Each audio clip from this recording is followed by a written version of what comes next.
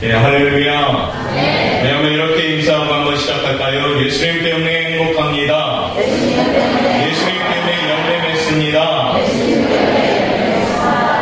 예, 요즘 날씨가 새벽, 저녁 좀 쌀쌀합니다. 그러다 보니까 감기 환자가 이제 한두 명씩 생기는 것 같습니다. 우리 교회도. 우리 사랑하는 성도 여러분, 주 안에서 연간에 강건하시기를 먼저 주님의 이름으로 축복합니다. 그리고 주의 성전에서 함께 모인 예배드림이 참 기쁘고 좋습니다. 그렇죠? 그래서 우리가 이 마지막 때 예배드릴 수 있다는 거 얼마나 감사합니까? 예수님을 알고 예수님을 믿고 또 예수님을 통해서 예배드릴 수 있다는 거, 이거 가만히 생각해 보면 너무나도 큰 은혜입니다. 그래서 우리가 이 은혜는 잊지 않았으면 좋겠습니다. 그래서 늘 한결같은 그런 믿음으로 신앙생활 주님의 은혜를 기억하면서 달려갈 수 있기를 바랍니다.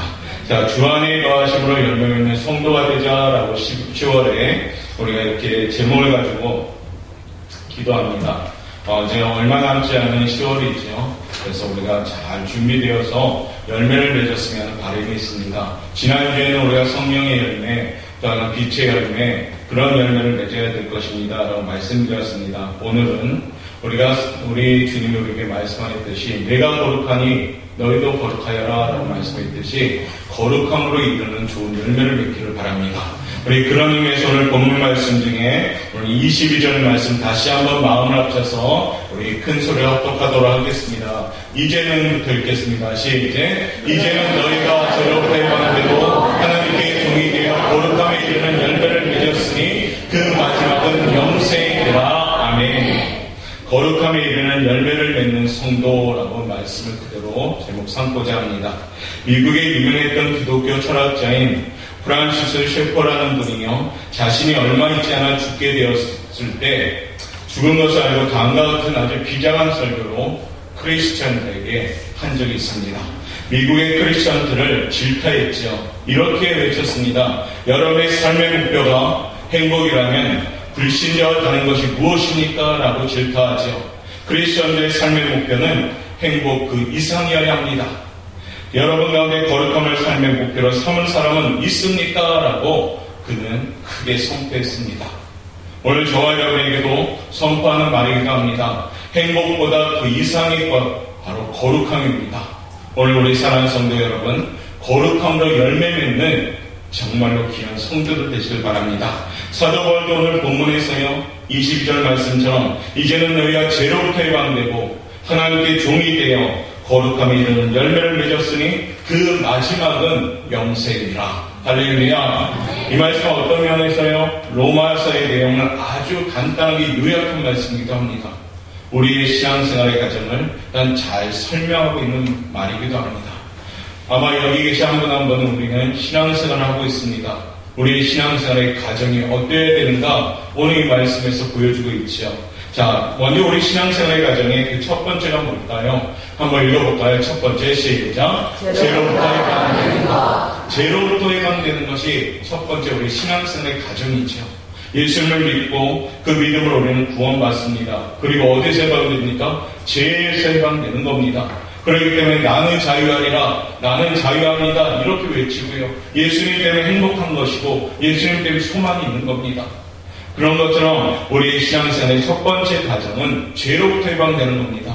신앙적으로 그런 죄로부터 해방된 그 단어를 신학적으로 이렇게 말합니다. 칭의라고 하죠. 그래서 오직 믿음으로 말미암아 살아난다. 그래서 이신칭의라고도 하죠. 의로운 자가 되었다는 말입니다. 하나님께서 의로운 자라고 인쳐주셨기 때문에 우리는 어떻게 바뀐 겁니까? 더 이상 죄가 우리를 주관하지 못하는 인생이 됩니다. 우리는 죄의 싹신 사망에서 구원을 받은 존재가 되었습니다. 그리고요, 우리는 지옥 가야 될 인생이었지만은 죄에서 해방되고 너는 의롭다 칭함을 받았기 때문에 어느 누구든지 여기 계신 모든 분들은 천국 백성이 되었음을 믿습니다. 그것이 바로 뭔가요? 나의 신앙생활의 첫 번째 과정이지요. 두 번째 과정은 뭡니까? 한번 읽어볼까요? 시작. 하나님께 종이 되는 것입니다. 죄로부터 해방되었다면 우리는 하나님께 종이 되는 과정이 있습니다. 우리가 예수를 믿으면 구원을 받고 성령님이 우리 안에 거하시게 됩니다. 아직 부족한 우리의 모습 속에는 두 가지의 모습이 여전히 존재하죠. 성령님이 이끄는 모습이 있고 아직도 우리 속에 남아있는 죄의 세력이 있습니다. 이 두 가지 모습 속에 우리는 하나님의 종이 되어야 됩니다. 하나님의 묶여진 삶을 사는 성도들이 되어야 됩니다. 하나님이 우리의 주인이 되시고 우리 왕이 되어야 하는 것입니다. 그렇게 하나님의 종이 되어 하나님을 주인으로 왕으로 섬기게 될 때 우리는 하나님 말씀에 절대로 순종할 수 있는 힘이 생기는 겁니다. 순종하면 복 받습니다. 그렇기 때문에 하나님의 종의 가정, 이 가정도 역시 우리가 잘 거쳐가야 되는 것입니다. 그러면서 스스로 오늘 이 시간에 한번 물어봅시다. 내 자신이 과연 하나님의 온전한 종이 되고 있는가 한번 물어보시면서 하나님의 종의 가정을 잘 또한 이루어갈 수 있기를 바랍니다. 세 번째 가정은 뭡니까? 읽어볼까요? 3번 시작. 그쵸, 하나님의 종이 되고 거룩함으로 열매 맺는 사람이 되어야 됩니다. 하나님을 주인으로 모시고 하나님의 종이 되어 살아가는 자에겐 당연히 나타나는 열매들이 있습니다. 예수 믿고 거듭남으로 구원받습니다. 예수 믿고 변화되는 모습이 있어야 됩니다. 예수 믿고 예수님을 닮아가는 모습이 있어야 됩니다. 그 모습이 뭐냐? 거룩함입니다.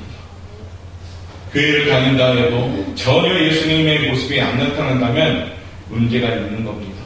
교회를 다니고 예수를 믿는다, 나는 신앙생활한다, 주변 사람들이 안다면 여러분의 모습에서 그 예수님의 모습이 나와야 된다는 겁니다. 그걸 뭐라고 해요? 거룩함이라고 하는 겁니다. 네 번째 단계는 뭔가요? 한번 읽어볼까요? 시작. 영생입니다. 영생입니다. 그 마지막은 영생입니다. 영생은 거룩한 자가 된 성도들이 거룩하지 하나님과 함께 영원히 사는 것을 말합니다. 저와 여러분, 우리가 이 땅에 살지만 이 땅은 나그네적인 삶입니다. 우리가 가야 될 분명한 본향이 있는 줄 믿습니다. 이 땅은 나그네적인 삶입니다. 우리는 영원한 저 천국을 바라보며 살아가야 되는 겁니다. 그래서 이 땅의 삶을 우리가 성실하게 살아가며 이 땅의 목적을 두는 것이 아니라 위의 것에 목적을 두고 하나님 나라를 목적에 두고 본향을 살아가는 우리 성도들이 되는 겁니다. 왜요? 그 마지막이 영생이기 때문입니다. 그러므로 오늘도 이 아침에 하나님의 종이 되어 거룩함에 이르는 열매를 맺어야 할 이유가 여기에 있습니다. 거룩함에 이르는 열매를 맺는 것은 구원받는 성도들의 삶의 모습이라는 겁니다. 오늘 한국 기독교인들이 비난받고 때로는 너무나도 무기력하게 산다라는 그런 평가를 받습니다. 그 이유는 뭘까요? 거룩함의 열매가 없기 때문입니다. 구별된 의의 열매가 없기 때문입니다. 예수를 믿는다 하지만은 세상에 나가면은 전혀 구별이 없는 모습이 된다는 겁니다. 거룩함이란 세상 속에 들어가서 흡수되기보다 거기서 구별된 성도의 모습이 나와야 된다는 겁니다. 믿는 사람들의 모습이 믿지 않는 사람들의 모습과 별반 틀리지 않는다면 그것은 아마 문제가 있는 모습이라고 합니다.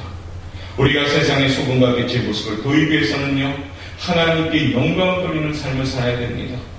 그러기 때문에 고린도전서 10장 31절은 그런데 너희가 먹든지 마시든지 무엇을 하든지 다 하나님의 영광을 위하여 하라라고 말씀하십니다. 이 삶의 기준이 딱 세워져 있다면 우리는 거룩해질 수가 있는 겁니다. 그 삶의 열매를 맺기 위해서 우리는 하나님을 주인으로 모셔야 됩니다. 하나님의 종으로 사는 분명한 모습이 있어야 됩니다. 예수를 믿게 될 때 우리에게 나타나는 많은 변화들이 있습니다. 그 중에서 가장 놀라운 변화가 있다면 성령 하나님이 우리 안에 거하신다는 겁니다. 지금 성도 여러분 한 분 한 분한테 그 마음속에 누가 계시냐? 성령 하나님이 계심을 믿습니다. 요한복음 14장 16절은 우리에게 이렇게 증거합니다. 한번 읽어볼까요? 내가 시작. 내가 아버지께 구하겠으니 나는 그 일사를 너희에게 주사 영원토록 너희와 함께 있게 하리니 아멘. 14장 17절이요. 그는 진리의 영이라 세상 등이 그를 받지 못하나니 이는 그를 보지도 못하고 알지도 못함이라. 그러나 너희는 그를 아나니 그는 너희와 함께 거하시며 또 너희 속에 계시겠음이라. 아멘. 이 말씀 그대로 성령님은요 우리 안에 거하시는 줄 믿습니다. 성령님이 거하시게 되면 우리 안에는 성령의 소욕과 내가 가진 육신의 소욕과 늘 갈등합니다. 두 가지의 욕구가 공존하기 때문에 예수님의 은혜로 거듭난 성도들에게 육신을 따르고 싶은 욕구도 있고요, 성령을 따라 살고 싶은 욕구도 나옵니다. 이 두 가지 요구가 있다면 사실 자체가요, 우리는 성령님이 계시다는 증거입니다. 만약에 성령님이 계시지 않는다면 이런 두 가지 갈등의 욕구도 없겠죠. 내 안에 성령님이 계시기 때문에 그 성령님이 계속 음성을 주시면서 우리에게 성령님이 원하는 그 욕구를 충족하라고 지금 명하시는 겁니다. 성령님이 거하지 않는다면 우리에게는 성령의 소욕이 있을 수 없습니다. 주일날 교회 나와 예배드리고 싶은 마음이나 하나님께 대한 예물을 드리고 싶은 마음이나 매사에 하나님을 찬송하는 마음이 우리가 성령님이 안 계시다면 생길 수가 없는 겁니다. 오늘 이 아침에도 여러분, 우리 보영학에 온 까닭은 내가 비록 육신적인 발걸음을 옮긴 것 같으나 그 마음 깊은 곳에서 성령님이 이끌어간 줄 믿습니다. 성령님이 거하시기 때문에 이런 마음이 생기는 겁니다. 이 두 가지 소욕은요, 서로 자기에게 막 끌어가려고 합니다. 육신의 소욕은 육신대로 끌어가려고 하고요, 성령의 소욕은 성령 하나님대로 끌어가려고 합니다. 그러다 보니까 우리 마음에 늘 뭐가 생깁니까? 갈등이 생기고 부딪힘이 생기는 겁니다. 성령님, 우리가 성령의 뜻대로 하나님의 뜻대로 살아가도록 이끄시려 합니다. 반대로 육신의 소욕, 죄의 소욕은 우리가 죄에 따라 살도록 이끌려고 하는 힘이 있습니다. 이 두 가지 소욕 중에서 누가 이겨야 될까요? 누가 최종적인 승자가 되어야 될까요?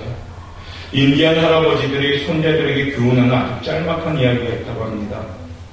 사람에게는 두 마리의 늑대가 있다고 합니다. 그 늑대는 성과 악이라는 늑대이죠. 이 둘은 늘 싸운다고 합니다. 그러자 손자 녀석이 물어보죠. 할아버지, 그럼 그 두 늑대 중에 누가 이깁니까? 라고 물어봤습니다. 할아버지의 대답은 이렇게 대답합니다. 사람이 밥을 주는 늑대가 더 이긴다라고요. 무슨 얘기입니까? 바로 밥을 준다는 말은 마음이 기울어지는 곳에, 마음을 쏟는 것에 관심을 갖는 것이 이긴다라고 말하는 겁니다. 어떤 소욕에 더 관심을 기울이고 어떤 소욕을 따라 살아가느냐, 그 움직임에 따라서 결정되어진다는 겁니다. 사랑하는 성도분, 성령님은 지금 우리들 속에 거하시는 줄 믿습니다. 여러분들이 그것을 느끼던 느끼지 못하던, 그것을 알던 알지 못하던 성령님은 분명히 우리 안에 거하시는 줄 믿습니다. 그 성령님은 우리 속에서 무엇을 원하십니까? 내가 너의 주인이 되기를 원하신다는 겁니다. 신앙적으로 거룩함에 이르는 열매를 맺기 위해서는 우리 속에 거하시는 성령님이 나의 주인으로, 나의 왕으로 모실 때 이루어지는 줄 믿습니다. 성령 하나님을 주인으로 모시지 못하고 다른 것을 주인으로 모신다면 여전히 제 모습으로 살 수밖에 없는 겁니다. 신앙생활하면서 여전히 우리는 걱정, 염려, 무거운 답답함이 생길 수밖에 없습니다. 하나님의 영광을 가리는 삶을 살 수밖에 없습니다. 연약한 모습이 될 수밖에 없습니다. 신앙생활은 하나님의 은혜로 죄에서 구원받은 자들이 어떻게 하면 거룩함에 이룰까, 주님의 모습을 닮아갈까, 그러한 싸움인 것입니다. 이런 싸움에서 승리하여 주님의 거룩하심과 같이 살아갈 수 있기를 원한다면 오늘 이 아침에 말씀을 통해 준비할 수 있기를 바랍니다. 거룩한 삶 그 첫 번째는 무엇일까요? 우리 한번 읽어보도록 하겠습니다. 읽겠습니다. 시작. 주님의 문제가 정이 되어야 합니다. 거룩한 삶을 살기 위해서는 내가 과연 누구의 종이냐라는 것을 알아야 되죠. 로마서 6장 16절 말씀 우리에게 이렇게 증거합니다. 너희 자신은 시작. 너희 자신을 종으로 누구에게 순종하든지 그 순종을 받는 자의 종이 되는 줄을 너희가 알지 못하느냐? 혹은 제 종으로 사망에 이르고 혹은 순종의 종으로 의에 이르느니라. 아멘. 여기에서 강조하고 있는 것이 뭘까요? 우리가 누구의 종이 되느냐라고 물어보는 겁니다. 다시 말해서 우리의 주인으로 누구를 모실 것이냐라고 물어봅니다. 제가 우리의 주인이 되고 우리가 제 종이 되면 우리는 제 삶을 살아갈 수밖에 없다라고 증거합니다. 가룟유다와 같이 영원한 형벌의 죽음에 이를 수밖에 없는 존재가 된다는 겁니다. 그러나 하나님이 우리의 주인이 되고 우리가 하나님의 종이 된다면 우리는 의에 이르고 영생을 얻는 줄 믿습니다. 그와 같은 영생을 소유한 성도님들이요, 우리 사랑하는 옥고영과교회 성도님 되시기를 주님의 이름으로 축복합니다. 오늘날 그렇지만 성도님들의 문제가 뭘까요? 예수님을 나의 구주로 받아들여지지만은 예수님을 나의 완전한 주인으로 인정하지 못하는 모습이 있기 때문입니다. 예수님을 나의 마음의 주인으로 받아들이지 못하고 계속해서 내가 주인이 되고 내 마음대로 하고 내 뜻대로 살아가는 그러한 연약함이 있기 때문입니다. 가만히 생각해 보십시오. 우리 성도 여러분은 지금 어떠신가요? 예수님에게 묶여져서 온전히 주님의 뜻대로 살아갑니까? 아니면 순간순간 내 생각, 내 뜻대로 살아가고 있지는 않습니까? 혹여나 이걸 합리화시키면서 이거를 변명거리로 여기면서 주님 뜻대로 살아야 되는 것을 뻔히 아는데도 불구하고 내 뜻대로 살아가고 있지는 않습니까? 하나님은 우리 손에 지금도 왕이 되시기를 원하십니다. 왕이 뭡니까? 다스리는 거죠. 나를 다스리기를 원하십니다. 우리의 주인 되시기를 원하십니다. 그러면서 말씀하십니다. 내 마음의 왕자를 나에게 양보하여라. 내가 너를 주관하고 싶다. 내가 너를 다스리고 싶다. 지금도 말씀하십니다.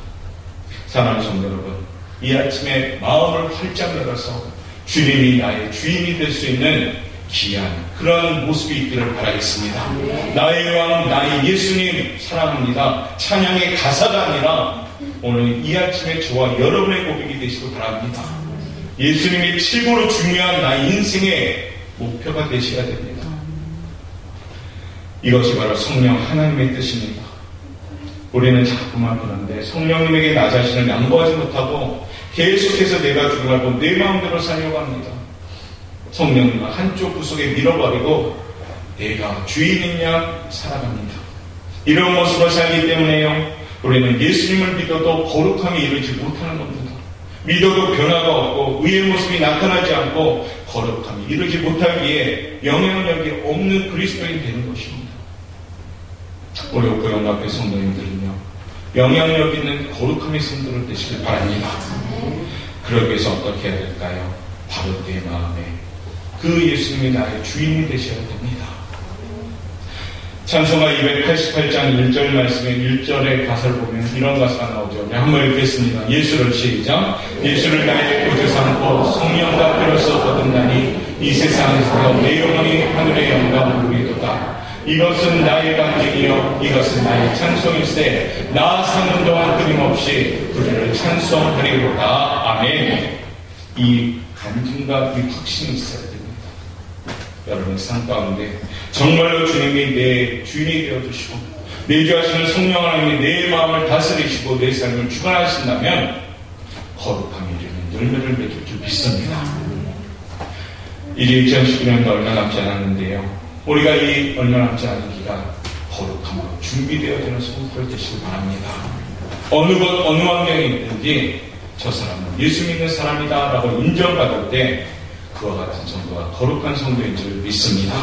두 번째 거룩한 삶을 살기 위해서 어떻게 해야 될까요? 읽겠습니다. 시작. 드림의 문제입니다. 어떻게 드리느냐에 따라서 거룩한 삶을 사는 겁니다. 오늘 본문 말씀 12절과 13절 말씀 읽겠습니다. 그러므로 너희는 제가 너희 죽을 몸을 지배하지 못하게 하여 몸의 사역에 순종하지 말고 또한 너희 지체를 불의의 무기로